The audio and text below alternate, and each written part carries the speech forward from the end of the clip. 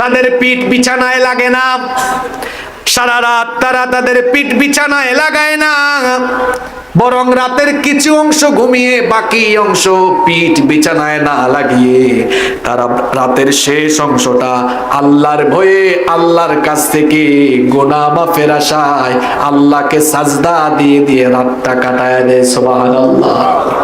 আমাদের প্রিয় নবীজির রাত কেমনে যেত, কিভাবে তিনি রাত কাটাতেন, হাদিস বর্ণনা করেছেন নবীজির প্রিয়তমা স্ত্রী আমাদের মা উম্মুল মুমিনিন আয়েশা রাদিয়াল্লাহু আনহা।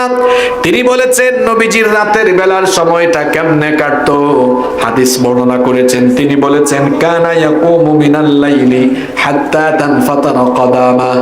তিনি বলেছেন নবীজি রাতের বেলা এত দীর্ঘ সময় নামাজের মুসাল্লায় দাঁড়িয়ে থাকতেন, লম্বা সময় দাঁড়িয়ে থাকতে থাকতে আল্লাহর নবীর পা মুবারক ফুলে যেত। আমরা ঘুমাতে ঘুমাতে শরীর ফুলে, গাল ফুলে, আর আমার নবী রাতের বেলা নামাজে দাঁড়াতে দাঁড়াতে দাঁড়াতে দাঁড়াতে পা ফুলে যায়। কথা কি শুনতেছেন? আমাদের দেশে তো বহু জায়গায় ওয়াজ প্যান্ডেলের ভিতরে থাকে, বাড়ির মধ্যে যায় না। আজকে কি যাবে? বাড়ি নিয়ে যাইতে পারবেন তো কথাগুলা? আমার আপনার শীতের রাতগুলো কম্বলের নিচে কাটে, ঘুমাতে ঘুমাতে 10 ঘন্টা 12 ঘন্টা গাল ফুলে যায়, শরীর ফুলে যায়। আর আমার নবীর রাতের চিত্র বর্ণনা করছেন আমাদের মা আম্মা জান আয়েশা রাদিয়াল্লাহু আনহা। তিনি নবীজির স্ত্রী, নবীজির বিবি। নবীজিকে তিনি যতটা কাছ থেকে দেখেছেন, জেনেছেন, অন্য কেউ কি নবীজির ব্যাপারে এতটা জেনেছে কিংবা এতটা কি দেখেছে? তিনি বলছেন নবীজি রাতের বেলা নামাজের মুসল্লায় এত দীর্ঘ সময় দাঁড়াতেন, দাঁড়িয়ে থাকতে থাকতে তার পা মুবারক ফুলে যেত।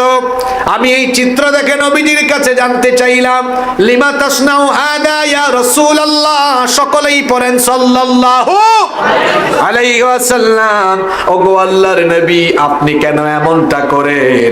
আল্লাহ তাআলা তো আপনাকে এমনি মর্যাদা দিয়েছেন, আপনার তো কোনো গুনাহ নাই, জন্ম থেকে নিয়ে ওফাত পর্যন্ত আপনি মাসুম, আপনার জীবনে গুনাহের কোনো ছিটা ফোঁটাও নাই। আল্লাহ তাআলা আপনাকে সম্মান আর মর্যাদায় ভূষিত করে দিয়েছেন, তো এত কষ্ট আপনি কেন করেন? কেন রাতের বেলা এত দীর্ঘ সময় আপনি দাঁড়িয়ে থাকেন? কেন এত কষ্ট করেন? আল্লাহর নবী তখন আমাদের মা আম্মা জান আয়েশা রাদিয়াল্লাহু আনহাকে জবাব দিলেন, আফালা উহিব্বু আন আকুনা আবদান শাকুরা। ও আমার বিবি আয়েশা, রাতের বেলা লম্বা সময় দাঁড়িয়ে থেকে আমি কি আল্লাহর শুকরগুজার বান্দায় পরিগণিত হব না? সুবহানাল্লাহ। আপনি যদি দুনিয়ায় সম্মান চান, রিজিক চান, আখিরাতে নাজাত চান, তাহলে ফরজ নামাজের পরে রাতের নামাজকে আপনার সঙ্গী বানিয়ে নেন। আল্লাহ দুনিয়ায় আপনার আকাশচুম্বী সম্মান মর্যাদা দিয়ে দিবেন। তাহাজ্জুদের নামাজ ছাড়া দুনিয়ায় কেউ সম্মানিত হয় নাই। এই দুনিয়ায় যারা সম্মানিত মানুষ, তাদের সিক্রেট আমল হলো তাহাজ্জুদের নামাজ। তাহাজ্জুদের নামাজীদের চেহারার মধ্যে একটা মায়া থাকে।